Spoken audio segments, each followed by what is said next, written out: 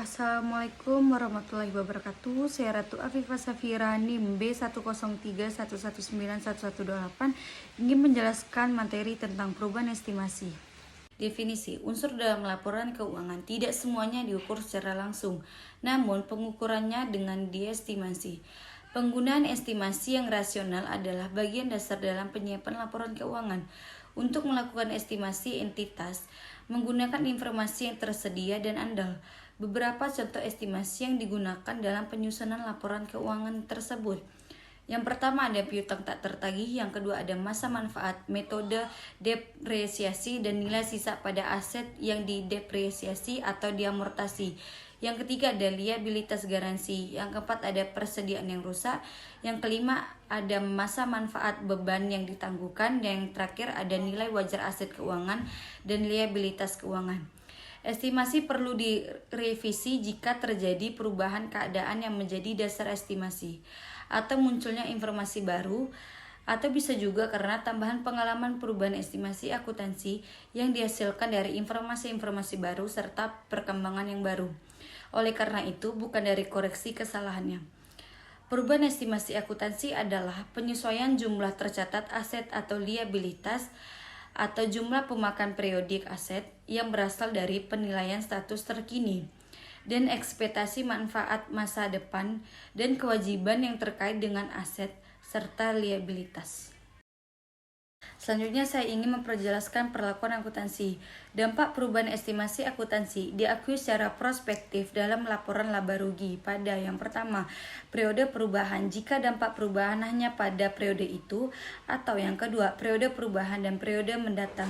Jika perubahan berdampak pada keduanya, perubahan estimasi tersebut mengakibatkan perubahan aset, liabilitas atau terkait pos dalam ekuitas yang diakui dengan menyesuaikan jumlah item tersebut pada periode perubahan.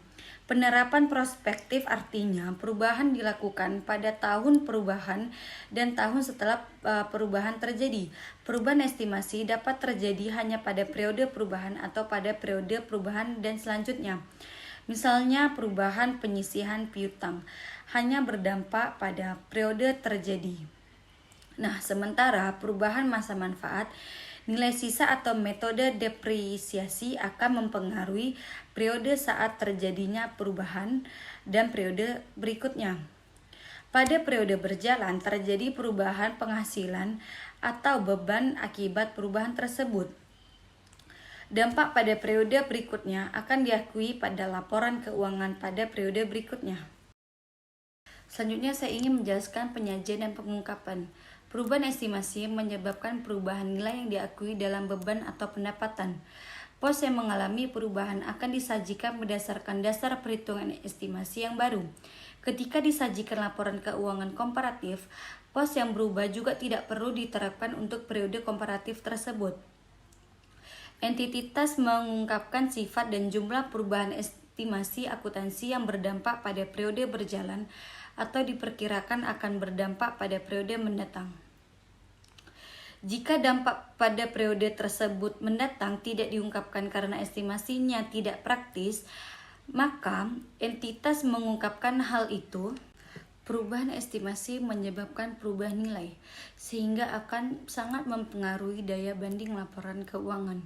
Untuk itu, pengungkapan dalam catatan atas laporan keuangan juga perlu sehingga pemakai dapat mempertimbangkan perubahan tersebut dalam melakukan analisis pada laporan keuangan. Dalam laporan keuangan, dampak perubahan estimasi ini biasanya tidak material terhadap keseluruhan laporan keuangan, sehingga sangat sulit untuk mencari contoh ilustrasi pengungkapan detail perubahan estimasi. Biasanya entitas hanya menyajikan perubahan dalam pos terkait namun tidak dapat mengungkapkan narasi perubahan yang dilakukan. Entitas umumnya hanya mengungkapkan dalam kebijakan akuntansi bahwa adanya perubahan estimasi yang diterapkan secara prospektif. Beberapa ketentuan bahkan standar yang mengharuskan entitas untuk melakukan review atas estimasi yang dilakukan pada setiap tanggal pelaporan. Jika terjadinya perubahan sehingga estimasi tersebut tidak tepat, maka perlu dilakukan perubahan.